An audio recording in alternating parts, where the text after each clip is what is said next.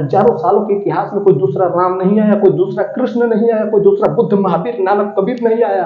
लेकिन हम अपने बच्चों को सिखाते हैं कि तू राम जैसा बनना, तू कृष्ण जैसा, तू बुद्ध जैसा, तू महावीर जैसा, तू नानक जैसा बनना, तू फरीद जैसा बनना, मोहम्मद जैसा बनना। हमारे से बड़ा मूर्ख ढूंढने से ब्रह्मांड में दूसरा कोई मुश्किल है, मिल ही नहीं सकता हमसे बड़ा मूर्ख। हम अपने बच्चों को सिखाते हैं कि तू फलाने की नकल करना, राम बन जाना। लेकिन आज तक कोई राम लौट के नहीं आया हजारों साल के इतिहास, और आएगा भी नहीं, क्योंकि प्रकृति खुद को दोहराती नहीं है। अब जरा देखिए हमारे जो अंगूठे का ये छाप आता है, प्रिंट, पूरे ब्रह्मांड में ढूंढ लीजिए, दूसरा किसी से मैच नहीं करेगा। जब प्रकृति आपके छोटे से शरीर के इतना डिटेल रख सकती है कि अंगूठे का प्रिंट किसी से मैच ना हो, तो आपके जीवन के बारे में कुछ अलग नहीं सोची होगी। इसने से भी इनकी बुद्धि नहीं खोलती।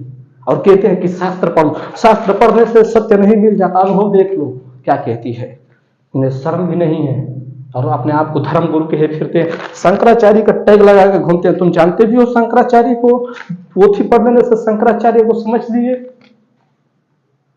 शंकराचार्य तो ये अस्तित्व है, मिल लो उनसे, कड़कड़ में दिख रहे हैं वो, लेकिन तुम्हें नहीं दिखेंगे।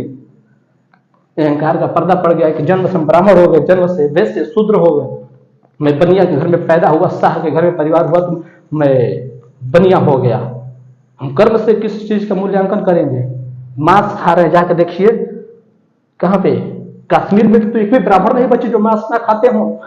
बंगाल में एक भी ब्राह्मण नहीं जो मच्छी ना खाता हो। स्वामी विवेकानंद का फेवरेट भोजन था मच्छी चावल, लेकिन भोजन से कोई फर्क नहीं पड़ता, वो मच्छी चावल खा के भी सत्य को प्राप्त कर लिए। लेकिन यह अपवाद है, एक आध व्यक्ति हो जाता है आकस्मिक। अब इसका मतलब ये नहीं कोई नियम है मांस खा के ही सत्य को पाया जाता है, ये कोई नियम नहीं है।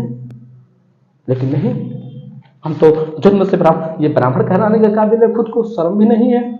अनिरुद्धाचार्य बाल विवाह को बढ़ावा देता है, थोड़ी तो शर्म कर।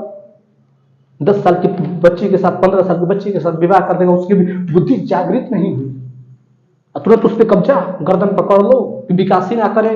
वही तो इतिहास में ब्राह्मणों ने किया क्या है, देवदासी प्रथा रखा था, अष्टम टैक्स लगा रखा था। केरला में स्त्रियों के वजन जितना होगा उतना टैक्स ली जाएगी। सर्च कर लीजिए, यूट्यूब सर्च कर लीजिए, गूगल इतिहास उठा के देख लीजिए, भरा पड़ा है इन शोषित करने वाले लोगों से।